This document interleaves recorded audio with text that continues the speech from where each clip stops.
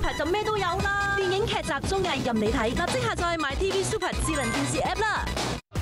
Big culinary icons are stepping up with their sweetest treats on this delectable dessert competition. Witness ingenuity in design, where their signatures are sugar and spice. Dessert Masters, tonight at 8:30 on Pearl.